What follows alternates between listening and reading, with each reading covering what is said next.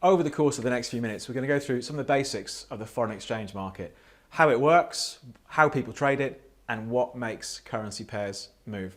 So in this latest video with Trading 212, what I thought we'd do is take maybe something of a step back. Now I appreciate plenty of people are quite familiar with foreign exchange trading, but for some people it might be a new thing. So we'll do a few minutes just explaining how this market works, when you're trading, what you're actually trading, and what makes currency pairs move. Now, first of all, foreign exchange market, it's the biggest market in the world, bar none. It trades trillions of dollars a day, around the clock. So it appeals to both traders who are trading small size and larger size, because it's relatively easy to get your trades filled, and the cost of doing business is much lower when compared to other markets.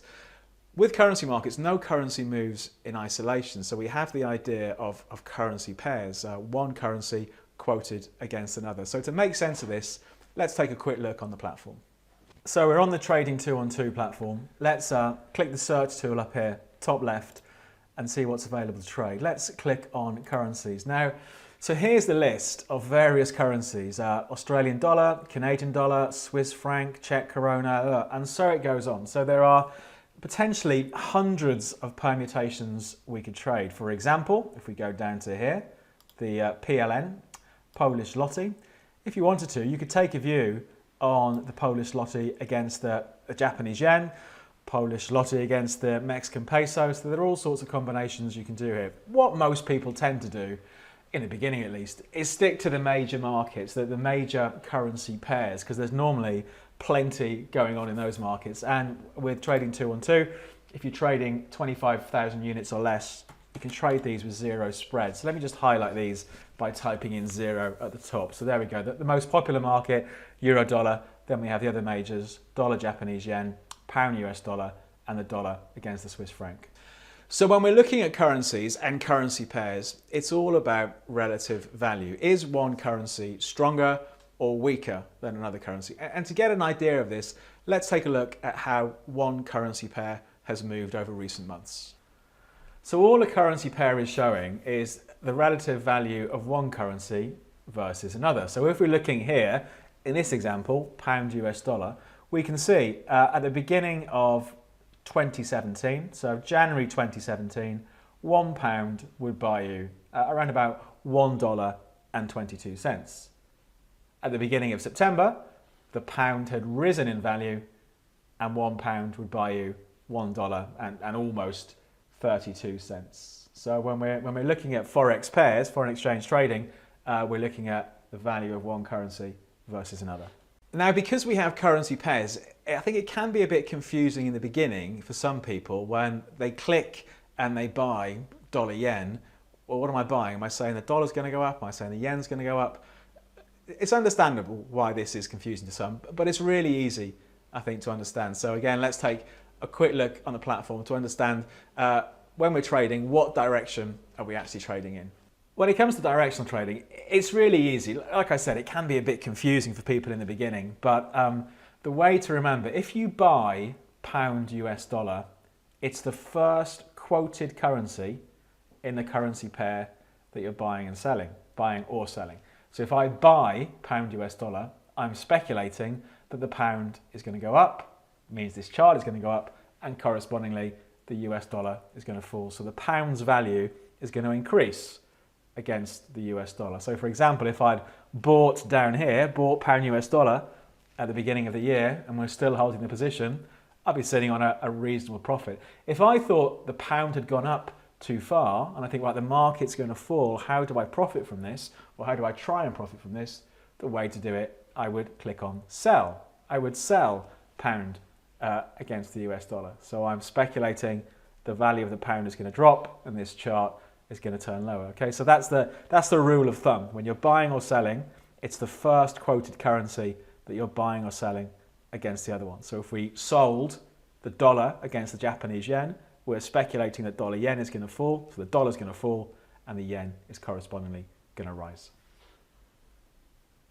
When it comes to trading hours, foreign exchange market is a true 24-hour market. So it starts off Sunday night, UK time, when the Asian markets open for business, and it trades all the way around the clock till Friday evening when New York finishes off for the weekend. Then on Sunday, the whole thing starts again. But you don't need to be intimidated or worried by this 24-hour market. Let's take a look at some of the moves that we see and how we might want to trade it. Here's a snapshot of a few days pound against the dollar, where each of these candlesticks represents 10 minutes worth of trading. So going back to the 5th of September and ending up at the end of that particular week on the 8th of September. So you can see from the scale just down here that this is a 24 market. For example, this section here we've got from 11 o'clock UK time, Asian trading kicks in, the market moves higher. Then we have sort of 7 to 8 in the morning UK time when the focus shifts to Europe and the market continues to rise in this example. And then we have US time, so from about 6 o'clock in the evening UK time, the focus is very much on the US, and we had something of a quiet finish. But don't be, I think, worried about this being a 24-hour market. You know, thanks to stop losses and take profit orders, you can set up your trade. So if a certain level gets hit, you come out for a small loss or you come out for the profit you're expecting. Just because it's a 24-hour market, you don't need to watch these markets around the clock, sitting there in your pajamas with matchsticks holding your eyes open. You know, you can use orders to manage the risk for you.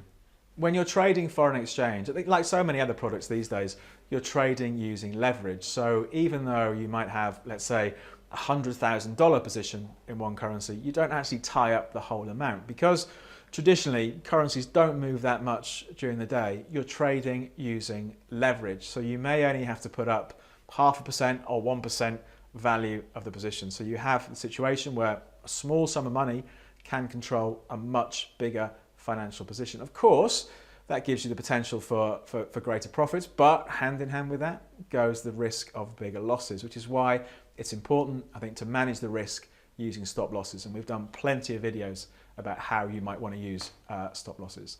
The last thing we might want to look at is what moves foreign exchange pairs. The short answer, and maybe not too helpful, is potentially everything can have an impact on the currency markets. You know, from things like interest rates, for example. If the interest rates in one country are higher than the interest rates in another country, that can make that currency appealing. But hand in hand with that, sometimes higher interest rates mean maybe a weaker economy, so that can make money flow the other way. Things like unemployment numbers have an impact as well. And as we've seen, you know, in the past sort of 12 to 18 months, political events can have an impact. The great example of that is the pound. You know, we've seen the pound very volatile since the referendum vote in June 2016. So all of these things can come together and affect the foreign exchange markets.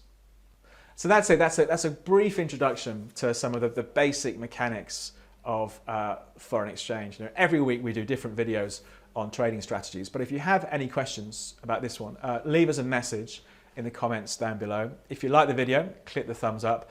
And as usual, to not miss out on any of the various videos that we send out during the week, if you click the subscribe button there, you'll get automatically notified when the next video goes up. But we'll bring things to an end. I hope you found it useful, and I hope you have a good trading week.